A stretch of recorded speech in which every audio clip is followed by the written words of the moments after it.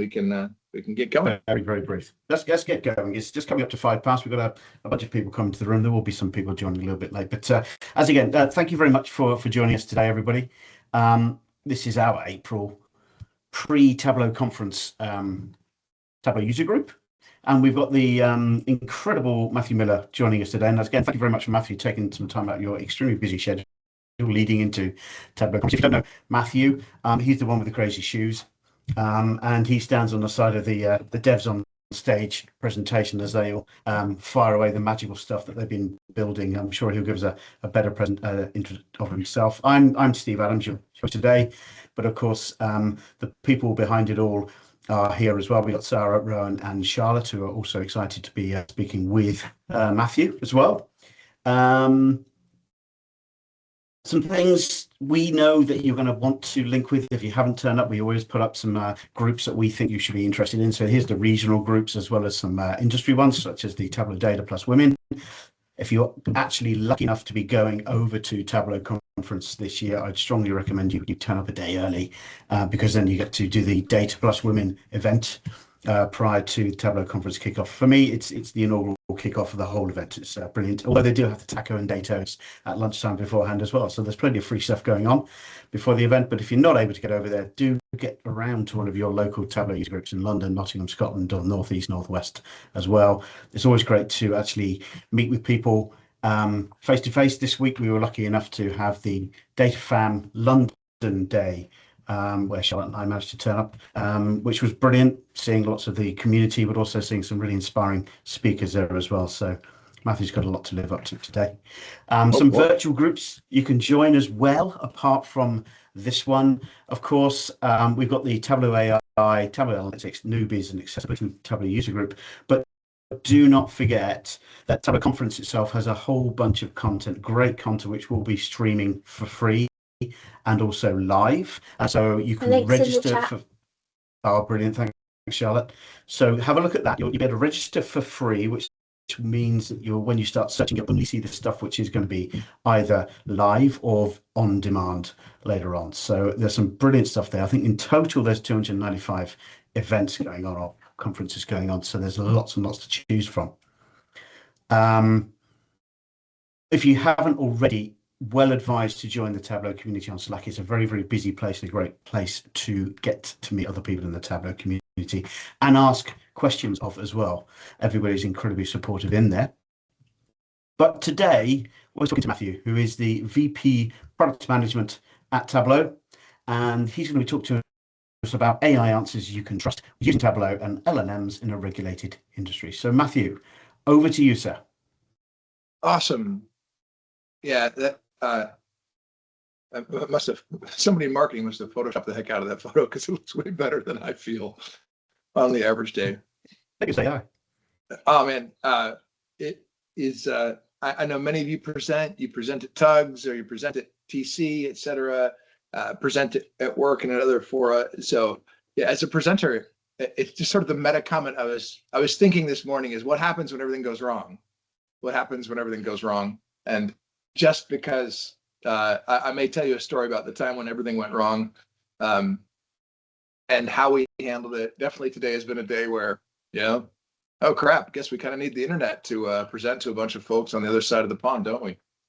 But all right, we're tethered. My work phone's hanging on. I don't know if Salesforce limits tethering, the mobile hotspot. We'll find out. It shuts off in the middle of it and I just have to dial in and you have to all imagine the AI. All right, let's see. I'm going to start. I've got a ton of demos and fun stuff, but also what I love about user groups is the chance to actually be in front of people. So we're here in a virtual world and most people have their cameras off. We will try to keep this a little bit interactive. I like to interact. There is in this Teams meeting, there's a Q&A panel. There's a chat panel. I've got those open. I'll have them open on another monitor while I'm presenting. So by all means, let's make this as interactive as possible. Nobody wants to hear me just talk one way and monologue for an hour. So let's keep this dynamic and open if we can. Just to make sure that the button and the chat work for you, we'll actually throw an emoji in the chat of your choosing if you're going to be at Tableau Conference this year. Emojis in the chat. I'm going to put a celebrate emoji. And then if you can't make it to Tableau Conference this year, that's also totally fine. Put your saddest emoji in the chat, any emoji of your choosing, if you can't make it to Tableau Conference this year. And if you're going to be there, but be there virtually, that still counts. She can't make it, Charlotte, but you can always tune in. Virtually. I'm there virtually. There you go. We're streaming more and more each year. My friend Patrick Perrier is on. Not supposed to name drop, I suppose. These are recorded, but good to see you, Patrick. So good. I see a lot of people's emojis are working fine. The Tableau Conference is like nothing else. The Tableau community is like nothing else. All right, let's see if I can share my screen. Can you see that? We're not going to be long on slides. This is mostly going to be conversation and demos, which I think you'll probably prefer anyway. But can you just let me know if you can see my slides? I've tried to share them from Teams. Yes. You can. All right. You can't see my whole monitor. You can just see my. Just your slide. Yep. All right. Well, apologies for being a little bit provocative, but I thought I would begin with what I call the thesis of analytics, which is that no one cares about what you or I do at all. I've been doing analytics for a long time. I first was introduced to business objects, if anyone remembers that, as an intern in 1998. They said, you're going to a business objects training, and I didn't know what either of those things were. Turned out it was one thing. And they said, we've got this product that lets business users interact with data in their own language, and they can explore the data themselves, self-service. And that was a lie. But we've been chasing that dream ever since of enabling everyone to access data. But having been in the Tableau world for almost 15 years and working with enterprise software for ages, I've come to this conclusion that although I love data and analytics, I love Tableau, and I love what it has done for me, my ability to see and understand and act on the world around me is infinitely better from having discovered Tableau a long time ago or being introduced to it by a friend in the community. But I have this belief at the same time, having spent a ton of time as a consultant. In fact, a long time ago, some of that was with the NHS. I lived in Europe for a long time. I don't think anybody cares. And here's why I think that. I think nobody cares about data analytics, only in the sense that when the stock price is down 50% or when everything's on fire, I've never heard anybody go, well, we looked at lots of dashboards. And I also don't know anybody who's bonused on like how many dashboards they've looked at today. Maybe there's some people who get measured on how many dashboards they've collected or how many petabytes of data they have. I don't think that's actually anybody's goal. It's a little tongue-in-cheek to say it this way, but I just have never met a business leader who really, truly cared about data and analytics. And yet, at the same time, I don't think you can actually achieve any of the outcomes that they're driving toward without data and analytics. So in a way, I don't think anybody really cares. And yet at the same time, if they've been around a little while, they probably know they can't achieve the transformation they're after. The transformation they're after is not having more dashboards or having more metrics or having a semantic layer or more nicely curated views. Those are all means to an end. And that end is things like better patient outcomes or lives transformed or life-changing therapies discovered. That's what we're actually after. And all this technology is a means to an end. I say that.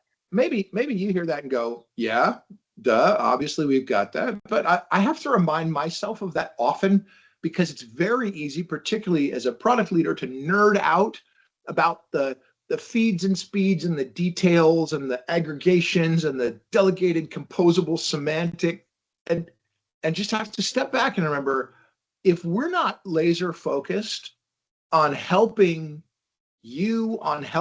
every one of our customers achieve their ultimate outcomes, then we completely lose sight of the purpose of data and analytics. That's the first thing I believe is nobody cares. The second thing in the paradox is that none of those outcomes actually happen without data and analytics. We have to see and understand the world around us. And I know I'm preaching to the converted here. I know everyone on this call likely agrees with me that data and analytics are critical to transformation. I think everyone would agree that and this is backed by plenty of research, organizations and people who make decisions based on data or informed by data make better decisions than those who don't.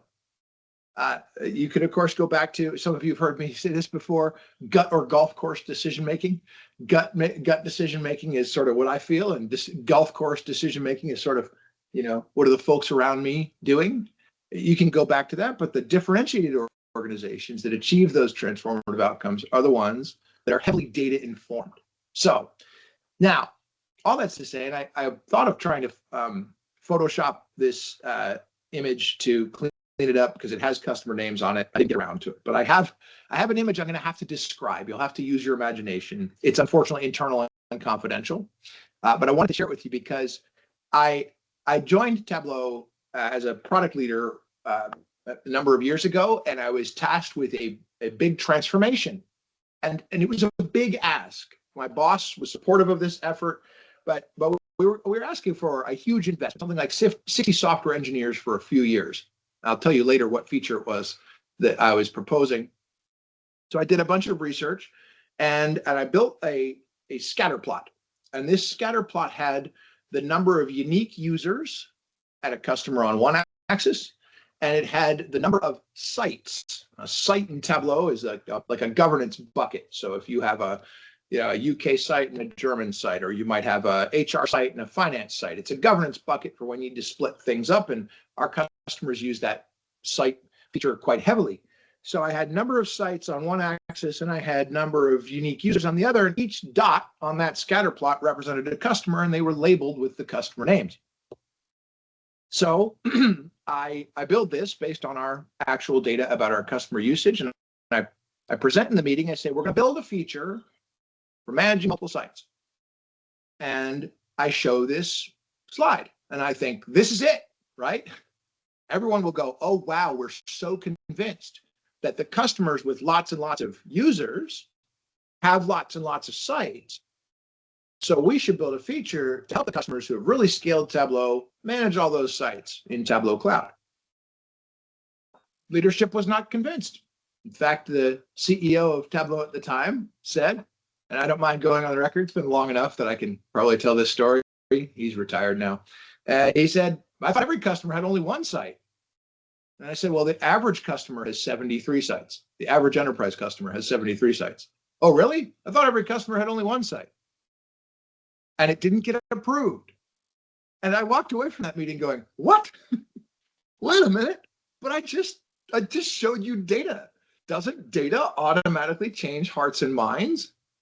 And the thing I took away from that is that this is the third pillar in my thesis. And this will kind of wrap up the, Matthew preaches about data for a few minutes before we get into demos, is that the data is just the foundation. That is a journey. The way we brought everyone around to building the feature that's now called Tableau Cloud Manager. And I'm sure some of you have used the Tableau Cloud Manager. If you have Tableau Cloud, you have it, and your admins or yourself have used it.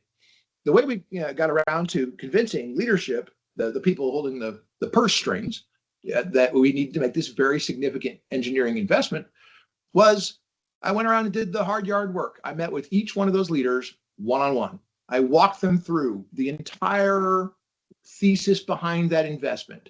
This is the reality of our customer experience. They do have lots and lots of these sites. They don't have just one. Here are names of customers you can speak with who have this challenge. Here are quotes from customers who have this challenge. Here's all our quantitative data. Here's what our research team has come up with. Here's our qualitative data. Here's what the competitors are doing. And once I brought sort of the total, let's say, mental and emotional and 360-degree perspective, a lot of which was not found in my, what I thought was brilliant scatter plot. Each of them came along and was convinced, and we reconvened a few months later, presented basically the exact same proposal, and this time it sailed through. And it was, again, a multi-million-dollar project, but we did it. And the lesson I took away from that is, yep, pillar number one's true. Nobody cares about data analytics. They care about outcomes. Each of the leaders in that room cared about something different. They either cared about the financial health of the Tableau business, or they cared about customer success or support tickets or engineering risk. What other projects we put at risk? And yet none of those outcomes that they wanted could have been achieved without really understanding, really truly seeing and understanding how our customers use the product. And ultimately, the data was just one piece in the journey. So hope that story is inspiring or interesting. I wish I could show you the scatter plot. One of these days, I need to get around to redacting all the names. It's maybe the most like impactful viz I've ever made. And the funny thing is, if you know Tableau, right, that was 3 drags and drops. Maybe I'll rebuild it in Superstore later. All right, we're going to jump into the formal content. I want to thank you so much for being here. The Tableau community, our customers, this is the reason that I am not retired and sitting on a beach somewhere, because that and my 5 kids, 2 of whom are in college. I just really enjoy getting to work with the people in this community. Having worked in tech for a long time, there is nothing like the Tableau community, nothing like it. The inclusive spirit, eager to help each other, the sense of humor, people making fun of my distaste for rounded corners, all that. It's just something really, really special. So I hope to see some of you at Tableau Conference, on either virtually or in person. I thank you all for what you do. And also want to thank the TUG leaders. The Tableau user groups are something really special. I appreciate all the work you put into organizing this and planning content and dealing with, recalcitrant presenters like me who don't respond to any of Steve's emails. All right. Can you still see my slides? You want to make sure we're still connected? I'm gonna move the Teams chat to another monitor so I can make sure I can see you. All right. There we go. I see Neha said they care about it, but they just don't know it. Exactly. I mean, it's a tongue-in-cheek kind of thing to say that they don't care about data. Of course they do, but it's not what they're thinking about, right? It's not their goal. The official title of this talk or session is Using Tableau with LLMs in Regulated Industries. That's awfully formal, but that's where we're going to focus is Tableau and AI, and particularly with an eye for governance. And so that's what I've got to talk about, but also we'll have some Q&A at the end. And Steve, just so I'm tracking on timing, you said about 45 past, we should shift to Q&A. Is that about right? We got until 1/4 past, actually, so you can take up until 3 if you've got enough material. Oh, fantastic. I mean, I can talk about this all day. I literally do. So, okay. I have to then take the wind out of this by sharing a forward-looking statement. I'll read this one word at a time. Nope. You can read that at your leisure. It just means please make your buying decisions based on generally available software. And that's especially true today because I'm going to show you stuff that you don't have access to yet. So don't run out and buy Salesforce stock based on this. But I will try to do my best to tell you when something I'm showing you is already generally available, when it's in beta, or when it's one of those pie-in-the-sky prototypes that I get to work on.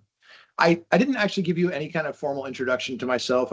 Although I love talking, I don't love talking about myself that way. But what you got to do is go read Steve's post advertising this event. He wrote the most glowing biography of me. And the great thing about it is it's 95% fiction. So if you just discount it by about 95%, you'll get down to my actual bio. It was very kind of you, Steve. A lot of very nice things that you said there. And in short, I've been in the Tableau world a long time. We did just change my title from it was Strategic Customer Impact and Innovations to Strategic Projects, which is basically the same job. And that job is I get to work on all kinds of really cool stuff, some of which I can't tell you about. In my role here as a product leader, I've worked on a bunch of stuff like the Tableau Cloud Manager, but I've carved out a little bit of a niche in innovation. Some of you may have seen the Minority Report demo that I did at Tableau Conference a few years ago. I've worked on our Apple Vision Pro project, and I'm working on some super cool stuff now around AI that I'll get to show you in a little bit. All right. I want to anchor us in our mission. That was what I said earlier. Our mission has been for 20-something years now. We help people see, understand, and act on data. But as we're jumping into talking about AI, I want to anchor on that because there's some key pieces there. First of all, that mission hasn't changed. We expanded it a few years ago to add act on data, which I think is really important. But that is our origin story. That's our history. We're birthed out of Stanford, a PhD research project that became a company. And it was birthed by scientists, backed by research to tap into the GPU of the mind. And that's one of the things that philosophically differentiates us at Tableau is that focus on people. We're there to unlock human potential, not as one of my colleagues put it, we are Iron Man, not Terminator. And I recognize that the older I get, less my references land. I was talking with my teenage daughter and I was like, you know, Terminator, like that Schwarzenegger movie. And she said, who's Schwarzenegger? So we went on a remedial course of Schwarzenegger movies. So if you haven't seen the Terminator, look it up. The Terminator is a robot set to destroy humanity. And Iron Man is a human, beating heart and emotions and all that inside this super suit. And I see AI and analytics and data as that super suit that you put on and enables any human to achieve so much more. So that's the mission. All right. We're going to jump into some demos. And we're going to start from something I think only a few audiences have seen this. Steve, you may have. And if you have, well, you can see it again. We're going to go back and anchor in the core of data visualization before we get to LLMs and all that fancy stuff. Because again, reminder, everybody's all hyped about AI, but it's a means to an end. I want to show you, if you, and I can't see in Teams if you can see it. Can you see my Tableau desktop? Okay. Yes, Thank we you. can. This is the very first viz I ever made in Tableau, at least the first one I can remember. And the cool thing about Tableau is you can open a workbook from version 1.0 and it'll still load. We are dogmatic about backwards compatibility. Anybody play cribbage? Cribbage is an English game originally, originated in the 1500s. I usually have a photo somewhere of a cribbage board, which I don't have here. There's usually one in my office, there's one on my shelf here. It's a card game. And I played it since I was a kid. My grandparents played it, my parents play it. The deal goes back and forth. There's a dealer and an opponent, and they take turns dealing. And I got this data set that showed me your chance or the likelihood of winning, depending on where you or the dealer are on the board at any time. And so I get the data and I connect to it. And when you look at this, there's really no insight to be seen. So I just dragged out the non-dealer score and I dragged out the dealer score. And so I have this kind of, I guess you could call it a heat map or scatter plot or distribution. Again, not really any insights there. But when I dragged this onto color, instantly I saw something really fascinating. You see how this goes? Blue here is your chance of a high chance of winning. Orange is a low chance of winning. You can see when you're pretty much neck and neck and sort of tied in the game, you have a roughly 50-50 chance of winning, but it goes up very sharply. You're only 10 points behind your opponent. You have a very, very low chance of winning.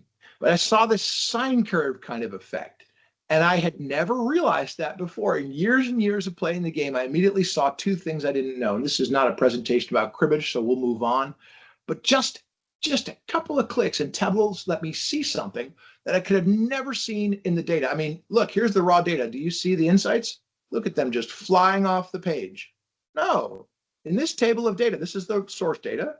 There was no insight to be found. It was when I saw it that I understood that if you, we usually, my sister and I play often, we usually will shuffle the deck and we'll draw a card and whoever has the lower card deals first.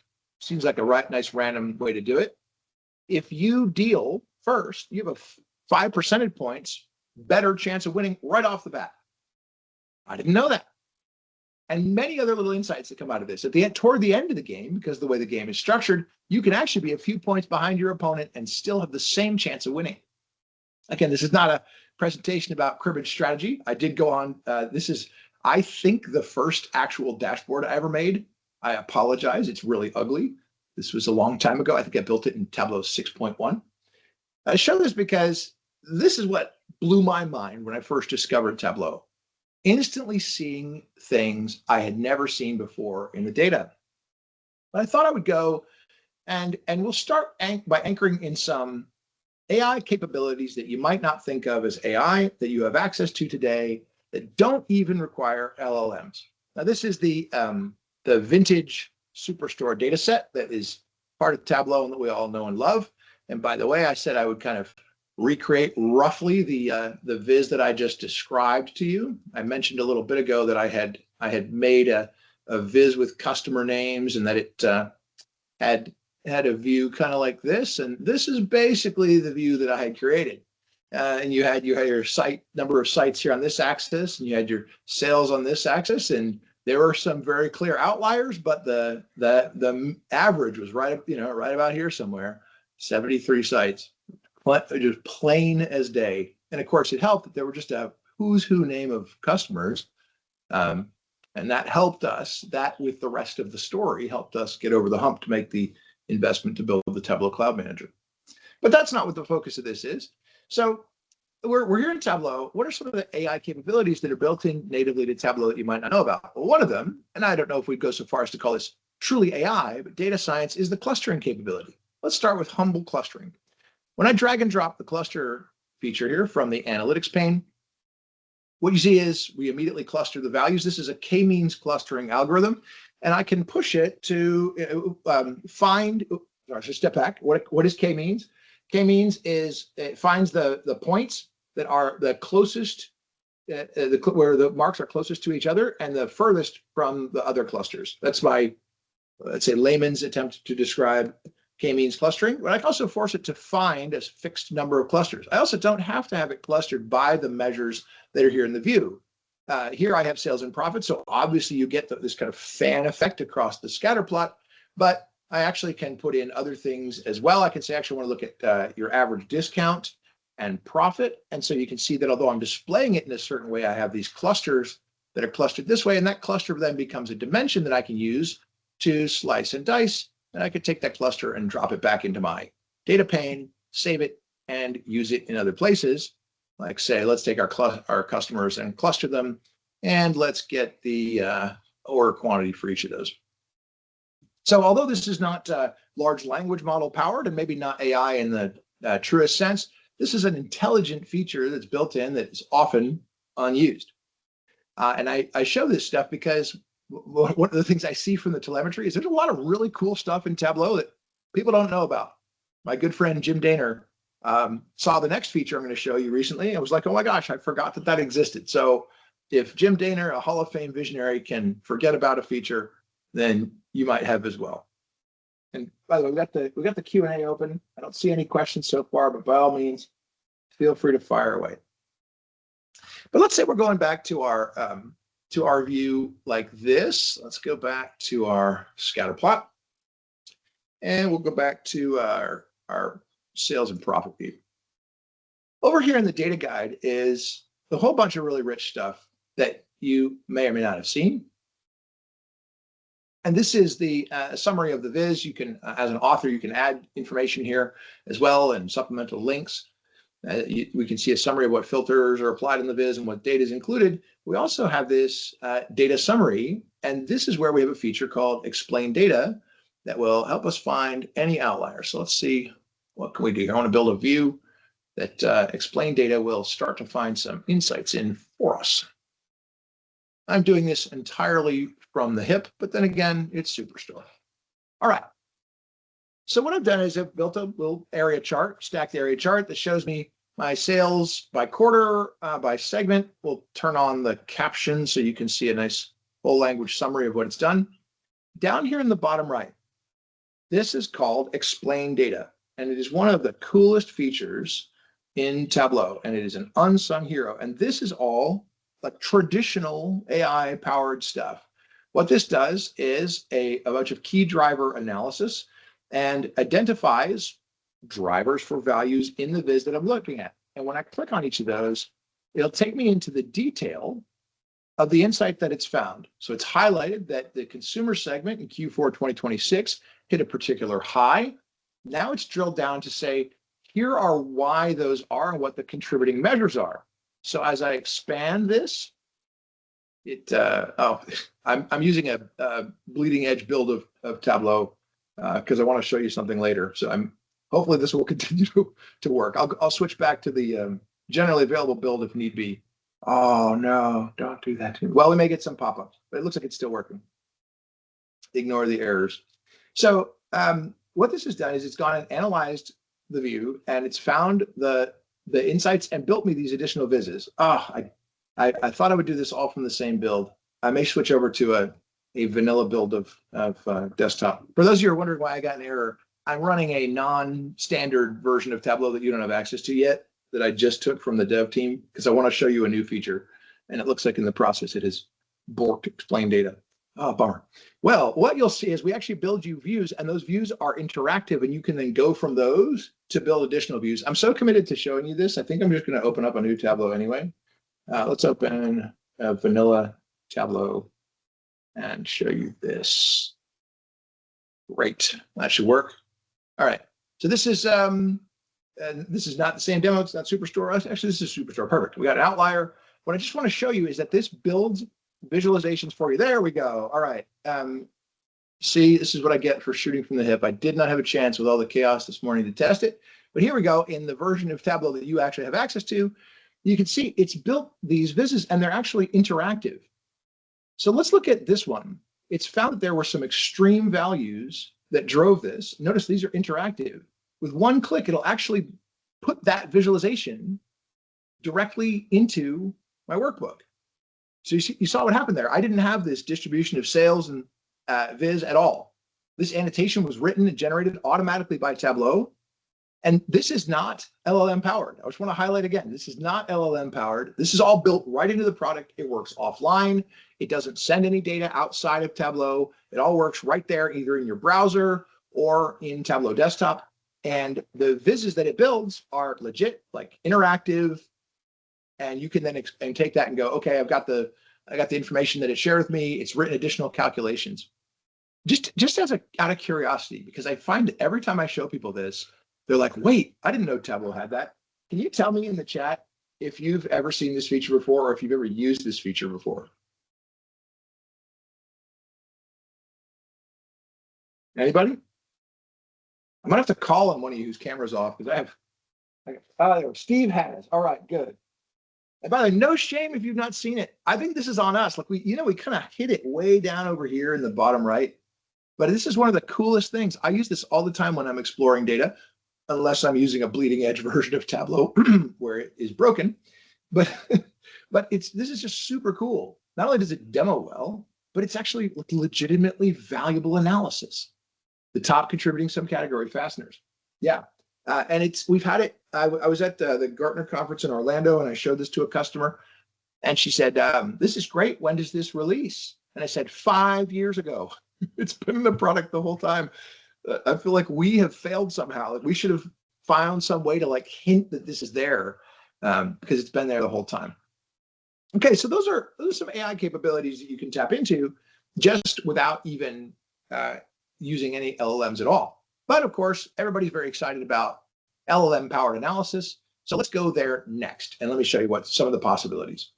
Here I am in Tableau Cloud, and I'm going to open up Tableau Pulse. Now, I know we talked about regulated industries. I had to go and look it up. I have it on a slide somewhere.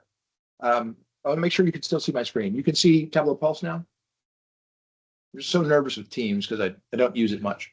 Yes, we can. Wonderful. So we have Tableau Cloud is in the UK. We have a pod in the UK, and it has a whole range of certifications, including HIPAA, et cetera, for healthcare. I actually don't know if it's certified with the equivalent for the UK. I think it is. I have a list of those certifications. But I want to show you what we've done here. I think you may find tremendously compelling.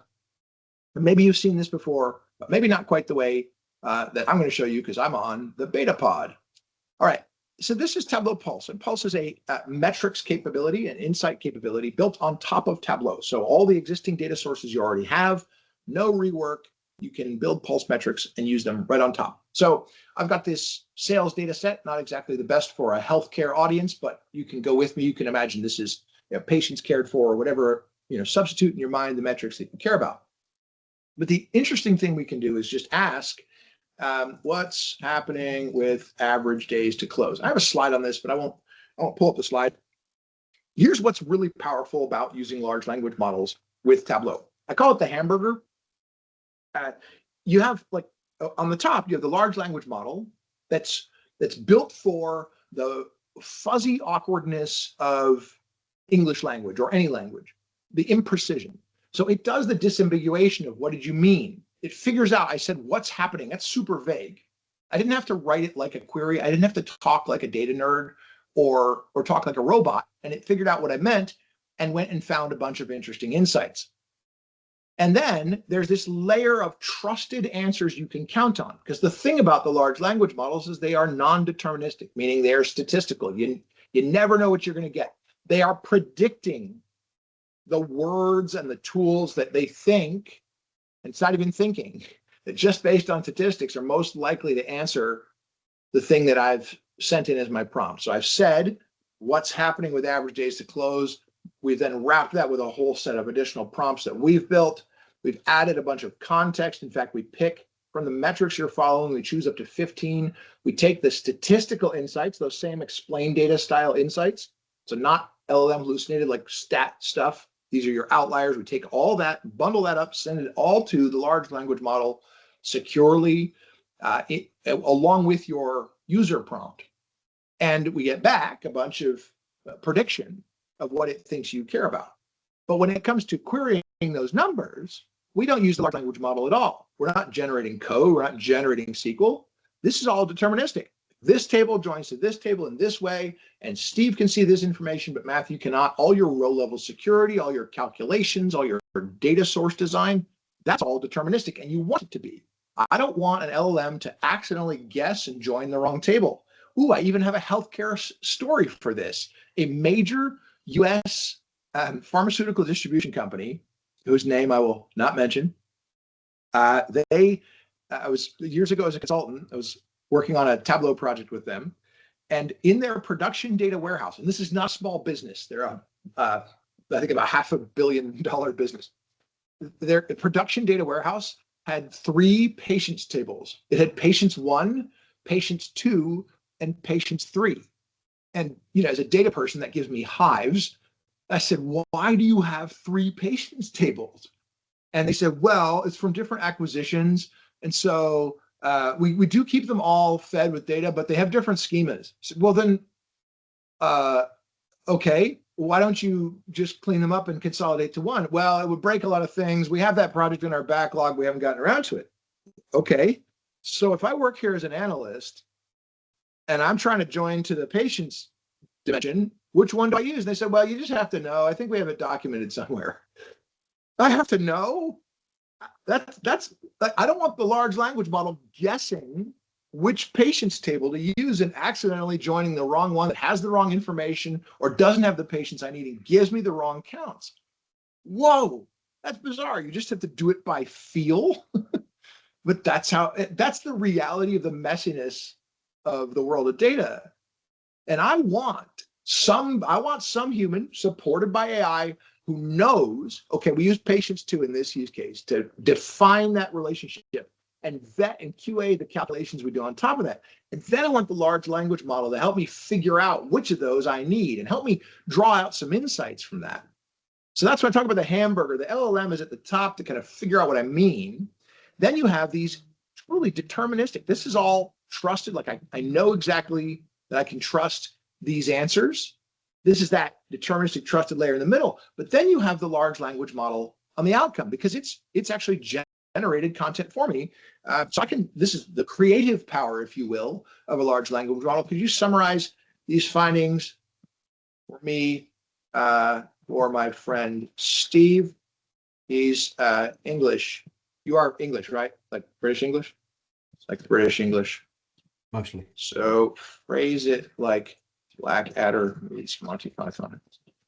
And so here you'll get now the power of the large language model to figure out what I mean by that. I don't have to define Blackadder meets Monty Python. It'll take the deterministic layer of all these insights and then it'll wrap that up in the communication style that I've asked. So this is, of course, what we've already discovered. The power of these large language models is they can generate content. So I can say, write me an email. And this is a bit of a, light-hearted Tableau user group example. There you go. It appears the noble metric of average days to close has taken a leisurely stroll uphill, Baldrick, etc. So this is Tableau. We call this Pulse Discover Enhanced Q&A. Some of the things you may notice is this now has record level data. Because usually when people say, okay, that's interesting, you give me some very cool high level aggregate summary. Notice we have citations that are interactive right here in the results. Then I go, okay, I want to drill down and see exactly the records. We've got that. And you also can drill right through to the metric itself and continue your exploration right from there. This is all powered by what we call the Agentforce trust layer. So every one of these conversations, all the interactions that happen, we mask the data, but we capture and log all of those conversations in your own private silo so that you can audit and see what people are doing, which is great, not just from a compliance perspective, but also if you're looking at the kind of conversations people are having, it'll help you figure out which data products to build next to help answer their questions. Maybe they're asking the question and there's a metric that they don't have defined yet or a data source they're missing.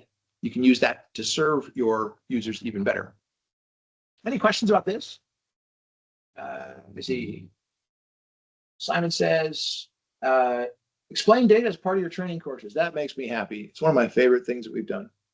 Okay. Any questions about this? So you can think of this, and sorry, Matthew, you've got one question in the Q&A. Yes. Sorry.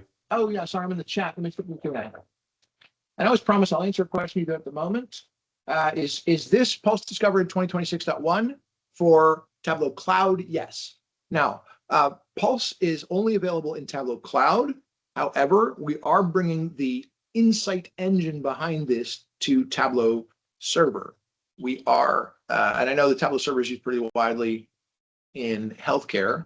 I wanted to show you a quick example. I'm going to be shooting from the hip a little bit because I only have 15 minutes and I want to get into the third-party agents piece of this. When you are in Tableau Cloud today, you have the Tableau agent, and this enables you to, just with that same insight engine, we take those same statistics that we generate. This enables you to get that value out of existing dashboards.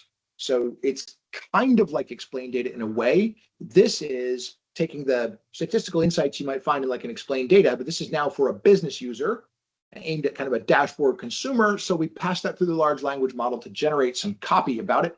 We size that a little bigger so you can read that, which is really cool because if you think about what you would do if you were going to take a viz like this and present it to someone, you'd probably want to have insights like this drafted. I know people take screenshots of their vizzes and put them in PowerPoints and then add some insights in a narrative to it. Well, this is the narrative written for you. What's coming soon is a Q&A here. So to power this capability, and this is going to be available in Server as well, this conversational AI experience natively on dashboards, we had to bring the insight engine from Pulse into Server. So that's coming soon. That's not in 2026.1, just to be clear. So what is in 2026.1 Cloud is this Pulse and Pulse Discover that I showed you. The one thing you saw today, just so I'm super clear about what's GA and what isn't, the one thing you saw today in my demo that's beta, but you don't have quite yet, but will very soon, is we're doing cross-metric correlations. That's one thing that's new that you saw in my demo. And then this here, you're seeing here, dashboard overview and insights. This is also in beta right now and will be released with, I think, 2026.2.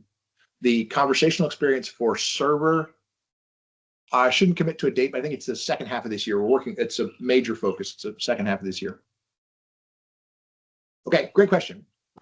So let's see here. We're going to step back or recap. We started with anchoring on why we do this all in the first place, and then we focused here in the second chapter on first-party AI experiences, both traditional AI and statistical analysis, as well as large language model powered. We've looked at metrics powered LLM capabilities. We've looked at dashboard centric LLM capabilities.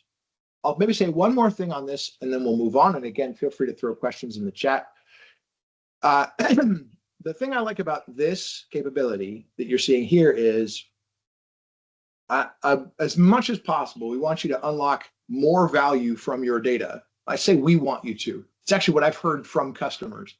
There's a chief data officer I met with who said, we want to unlock more value out of all this investment we've made in data and analytics. And we don't want to invest more time to do it. We don't have to build new things. I don't have to go back and edit every dashboard and add some widget. I want it just to work automatically and unlock more value automatically with no effort. So that's one of the driving principles of this capability is we will figure out what's in your dashboard. We've written the code to do the hard yards, to look at dashboards, and a dashboard can have practically anything in it, and go, okay, all right, I see what you've done there. Okay, I see what metrics you've defined. Pick out those measures that are in use, figure out what dimensions are in use, send them into this ephemeral insight engine, generate all this statistical insight and analysis, package that all up and send it all off to the large language model, get that result, and then show it here. But the amount of work behind the scenes to make this just work seamlessly is quite enormous. And I love that because you don't have to worry about that stuff. You don't have to code it. You don't have to build anything extra. You don't have to plug into some other model or negotiate with some other vendor. You get the power of those insights and that AI right there with your existing dashboards. no changes whatsoever. So that's something I'm really excited about bringing to customers, because I think it's going to enable your users who are like, yeah, the dashboard's great, but I want to, or yeah, the dashboards are great, but I need to understand them better. Or I always have to call somebody to help explain the thing to me. I think this is going to really unlock a lot more value from your existing investments and assets in Tableau. Okay, I'll pause to check the chat. We will not have Pulse on server at the moment, but the insight engine. So Pulse is three things. It is a metrics definition layer. It is an insight engine. The insight engine is the thing that generates all those statistical insights I can explain and illustrate rather than just point at things. These things here, these are all examples. As I click on them, see how it's building all these vizzes? These are examples of the Pulse insight engine at work. You give it a metric, which is a calculation with some date granularity, a bunch of dimensions it can slice on, and then it goes and finds all these insights and maintains those for each user who has access to the data. And that insight engine, the ephemeral insight engine, is coming to Tableau Server. So you won't be able to look at an experience like this. We're not currently planning to bring that to server, but the engine behind it is coming to server so that you can access through APIs and in order to power features like this. I hope that makes sense. Okay, we got to move on. Let's see. We're going to jump into a world. I got about 9 minutes to cover all this third-party stuff. Let's start with maybe by a show of emojis, and no shame if you don't. Give me a thumbs up or a thumbs down if you know what MCP is.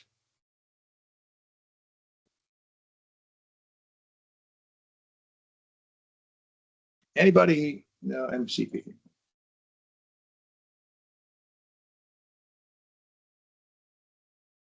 Kind of. All right. So where do we begin? So you've seen how, you know how ChatGPT works, you know how Claude works, that these are conversational AI experiences. They feel human only because they are just really good statistically at predicting the words to send back to you that are the words you'd expect or the words you want to read based on what you've asked. That's all they really are. Is they just, you give them a bunch of words and they go, here's some words back that you're likely to want. And those words then can include things like do this thing, call this tool. And so tools are the way that you plug in those conversational AI experiences to other applications. The primary interface for that, or the standard, is called Model Context Protocol. All it means is you can just connect an app, one app into an agent. I will pull up quickly for your reference the GitHub repo where you can try this yourself. So we released this quite a while ago, a few months ago, and this is the Tableau MCP. You can run it yourself. I'm currently running it locally, and we are soon going to release a hosted version of this so you can connect directly to it. And once you run this, you provide your authentication, connect it to your Tableau, and it is, think of it like a USB-C. It's like a universal plug that lets any agent, whether it's like a ChatGPT or a Claude, plug into Tableau. And also can be coding agents like Cursor, et cetera.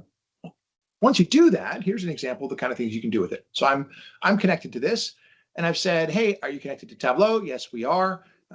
My PAT expired, so I was able to get that updated. So my connection, my password had expired. So once I updated that, it says, okay, I can actually see you've got these pulse metrics. I said, what insights can you find in those pulse metrics? Well, this is connected to the same data that we just saw.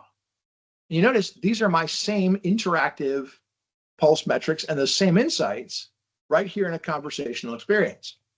So in a third-party AI chat tool, you can hook in your data. So why would you want that? Well, one of the cool things about these large language tools is they're great at unstructured text. So I can go, I got this email from my annoying boss, Steve Adams. I don't know what to do about it. Can you find me some data so I can respond to that guy? And I paste my email in, and it processes my email and goes, okay, based on that, I've gone and found some insights. Here's some text I've drafted for you. Here's some vizzes that'll help support that. Imagine, right, if I'd had this when I was building the Tableau Cloud Manager case, I could have, fed it the vizzes that I built and given it a bunch of that stuff, but also fed it a bunch of the kind of soft stuff. Like, here's the politics in the room, and so doesn't like so, and this person's budget is constrained, and all the kind of human aspects. And so the conversational AI will do what it's good at. It's kind of processing all the qualitative stuff, and then because it's connected into Tableau, it can then take those insights and then help guide your work. This is super cool, and it's a new way to consume Tableau. Again, you've always been able to go to Tableau to find insights, but we've been very laser focused for the last several years on how do we make sure we meet people where they are. So we built a Teams integration, and we built a Slack integration, and we've been building Google Sheets integration, and we've got a bunch of new integrations I won't spoil that are coming at TC to some Microsoft products. And then also we're building integrations into the conversational AI tools that people are using. So you can use this in Microsoft Copilot, and you can use it in Claude, and you can use it in ChatGPT, et cetera. So that's MCP.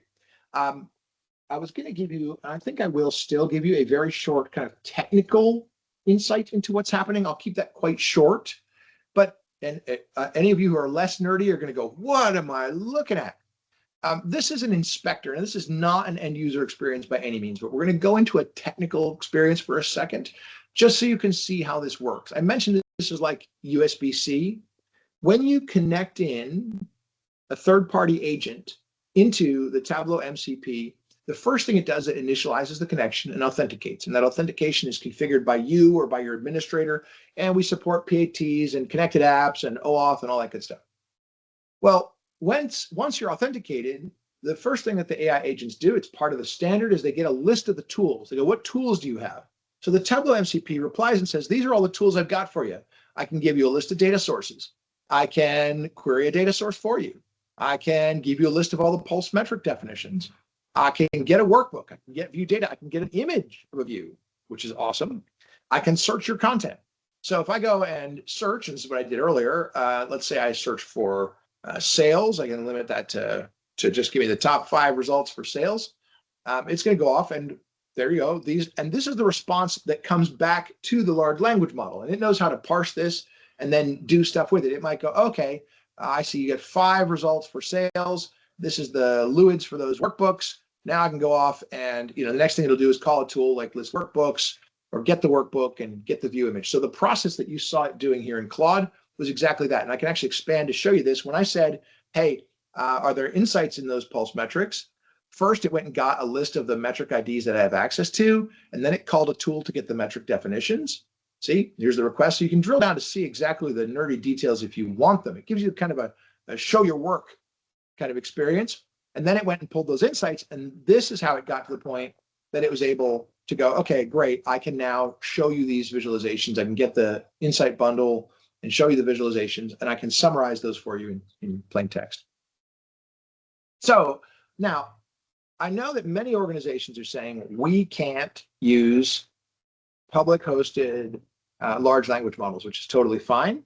So what are the other options you have? Well, one thing that has already emerged, even since this world has kind of taken us all by storm, is that there are increasingly private options, secure options, AWS, Bedrock type things. So there are options there if you want to use these foundation models. But more and more I see people running and hosting their own, and I have that here. So this is what's called LM Studio, and this is running entirely locally on my laptop. I'm running an open source model from OpenAI, but this is running here on my machine. Now, you have to have a pretty stout laptop. I have an M4 Max MacBook Pro. It takes up a fair amount of memory and processing power, but this is actually connected in directly to my Tableau environment. So let's see, what do I have? Let's see, this should work. I think I got all my password updated in all the places. That was one other fun thing I had this morning, Steve, finding out that my personal access token had expired everywhere. Awesome. When it rains, it pours. But what you can see here, and this is a more technical experience for sure, is on the right, I can see the list of tools that it sees it has access to. It's that same list that you saw me show you in the MCP inspector. And in fact, when I mouse over this, you can see the description for the tool. This is what we've provided. This is what the agent receives when it says, hey, Tableau, what tools do you have? Oh, you've got a get data source metadata tool. What does it do? Well, this tool retrieves field metadata for a specified data source by doing blah, blah, blah, blah, blah. And that guides the agent as to which tool to call. So look at what this thing has done. It has gone and searched the content. You can see it got results back. You saw where it failed earlier because my access token had expired. But here, now that I've updated my password, it's gone and retrieved the information. So it's done that search content. And then you see it thought for a second. We have a list of data sources. We need to present them. This is the large language model. Like, you can see the thought process. And this is all happening locally on my machine. None of this is leaving the building at all. And then it goes and says, all right, let's get the metadata for some of those data sources. And now it's come back and said, all right, these are the data sources I have access to that have sales in the title or tags. And so all I have to do is now say, great, can you go analyze any of those? And it'll find me some information, get insights, et cetera. This can all be done locally. This is LM Studio, which is free or open source. And then there's an open source model. So, and these, Matthew, by the way, sorry, just to jump in. Go ahead. Zayed's got a quick question in the Q&A and the chat. Thank you. I will check. Is this implemented via LangChain? This is not LangChain. This is just a direct call to the GPT OSS model right from LM Studio. You can use it with LangChain, though. Yeah, good question. All right. So let's recap, because we've covered a fair amount. We've started with the reason why we do all this stuff. We talk about MCP and LLMs and APIs and data nerd stuff, semantic layers, but the point of all this is driving better outcomes for people, whatever those are. It's driving some number up or driving some number down. Healthcare outcomes, financial outcomes, whatever those are. Then we focused on the first-party experiences, non-LLM and LLM-based experiences, both in cloud and server and also in desktop. And then we've looked at third-party integrations for LLMs. We've looked at using Claude and tools like it with MCP for consumption, and then also completely like air-gapped off the internet interactions like LM Studio with GPT OSS. I have one more thing, because I know I also want to make sure we leave time for Q&A. Any questions about what you've seen here so far, though? So I've got another follow-on question with regards to being able to connect through to any open source LLM other than OpenAI. Yes. Yeah. And again, this is not an ad for LM Studio. I don't even know if they have a commercial model. I think it's open source. I only use it because it has a GUI. You can use any other. There's a bunch of open source local tools for interacting with and running large language models. The actual engine that's running this one is called MLX. It's an Apple thing. So this is like my Mac has a thing for running and hosting these models. LM Studio is just a GUI on front of it. They do have a model browser. So I've got a bunch of models I've downloaded locally to test out different purposes. These ones are focused more on generating SQL. So I was playing around with what that can do. Whereas the GPT OSS one from OpenAI is more general purpose. So far, and this world changes so fast, new models are coming out all the time. The best like open source model I've found is this one from OpenAI, but you can use any model. That said, they do have their strengths and weaknesses. So for example, this coder data set, I found it didn't do a very good job with the unstructured analysis. But when I asked it to write SQL for me, it did a great job. So awesome. So you could use it to like help you build a data source, but it wasn't very good at analysis. Whereas this model, but that's just my experience.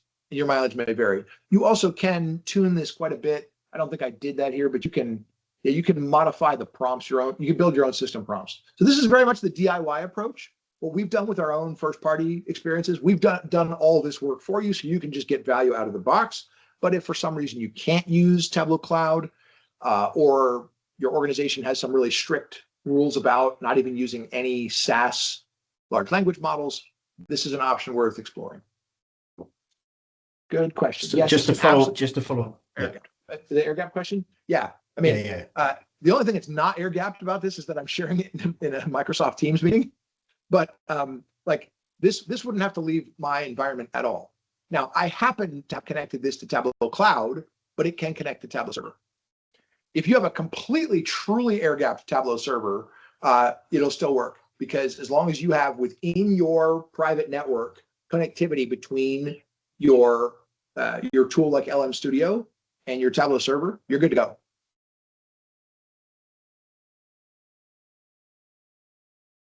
Yeah, and I think the only thing just to be aware of is these are quite computationally intense. So you have to have a pretty stout machine to do it.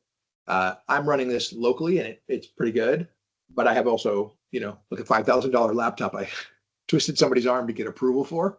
So you're not going to run this on your average, like, Dell Inspiron from 2015. And so what you may want to do in that case is look at something where you host these models, on a separate server internally. And then a tool like LM Studio can connect remote. It doesn't have to connect to a model running locally on a laptop. Okay, good. We've got about 10 minutes. You got time for maybe one more thing? Definitely. I'm going to shoot from the hip, which always gets me in trouble. I was debating this morning if I wanted to risk this.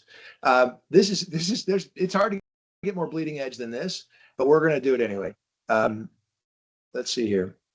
So one of the things we've looked at is the following. So let's think about the world you saw so far, where I'm using a third-party agent, and I'm using that agent to consume content that's in Tableau. Well, that's great, because that's the overwhelming use case, right? The authoring is always a small percentage. There's always thousands and thousands of consumers for every 10 or 100 Tableau authors, which is normal.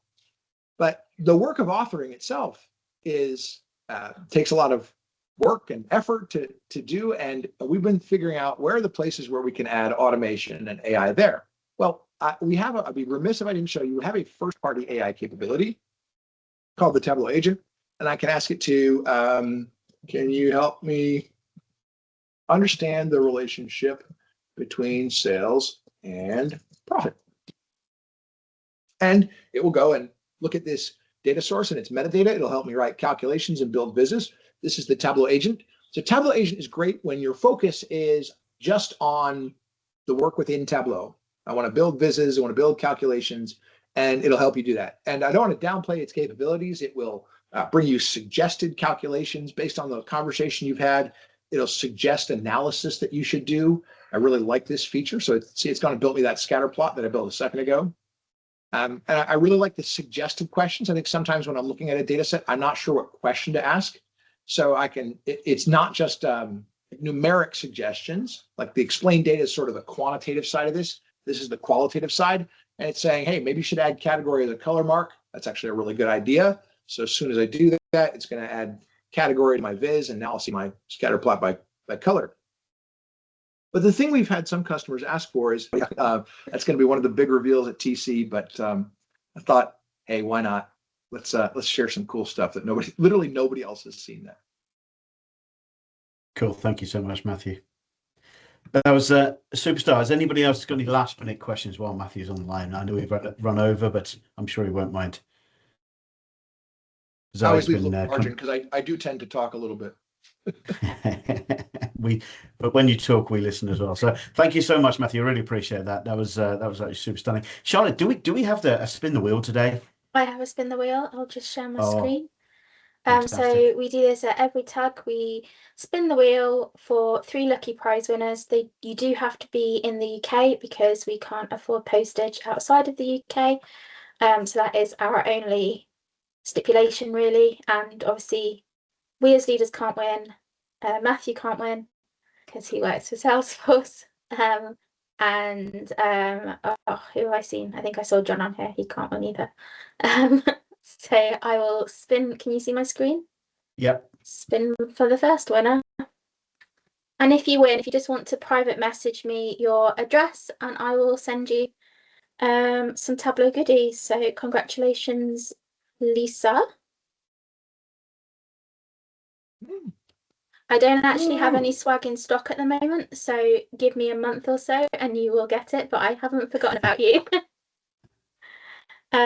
Ita or Ita. Congratulations. One more.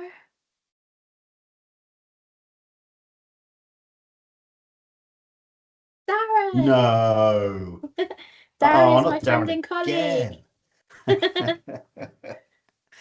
Well, you won't need I'm to glad we post got that that then, on will you? film. You'd never have believed me. But congratulations, winners. If you want to private message me either on here or over on LinkedIn, just send me a postal address and I will send you some prizes. Thank you. Excellent. And just as a reminder, Tableau Conference takes place first week of May. Lots of live stuff being streamed, including the session that Matthew's preparing right now, which is the devs on stage. So you're going to see lots of really cool stuff that they're working on right now, and lots of stuff that Matthew's alluded to. Next month, Rowan, Sarah, myself, and Charlotte will be then giving our feedback on all the stuff that we've been investing our time in terms of watching on Tableau Conference, and giving you some suggestions for what you might want to then dive into as well. So we'll give you some feedback on that next month. We haven't got a date for that yet, so look out in your inbox for those. Thank you so much for everybody. But we've got a leaders meeting right after this, so the date will be coming out soon. Yeah, exactly. We'll be sending those emails out pretty shortly. All I ask when you post the recording is just cut out the end bit if you want to post it right now, or post the full recording maybe at TC. Like the minute devs on stage is over, then you can drop that, because that's going to be one of the mic drop moments there. But thanks for a chance to let me try out my demo with an audience and get your feedback. So appreciate the dry run, the beta test, and just thanks for the chance to spend time with you all. It's been really fun to connect. I hope it's been helpful. It's been very helpful. Thanks very much, Matt. Appreciate it. Take care, everybody. Cheers, guys. Thanks, everybody. See you next month.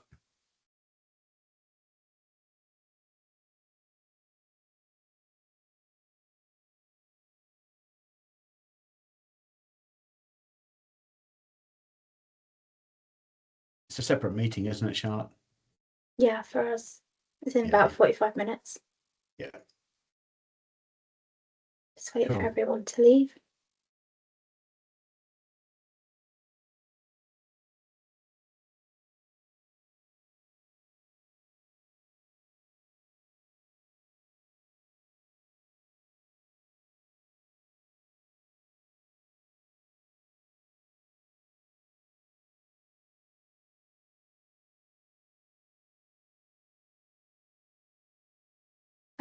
I removed them. They don't seem to be responding. No, I was looking to see how you did that. I was right-clicking, clicking all the dots, but yeah, they're gone now. Oh, you have Cool. to go to the participants at the top, the people at the top. Yeah, I was too late. Which I have been You beat me to it. monitoring as it all went up and down. We had 30 people at our peak. That's pretty good. That's pretty. I mean, in terms of percentage of turn up, because I think it's about. It was 50... about 60 this 60. morning when I checked. So we got about 50%. Right, okay. Yeah, it's about right. That's good. That's good. Cool. Excellent. All right, Charlotte. I will see you in about 40 minutes then. Yep. Yeah. All right. All the best. Thank you. Cheers. Bye.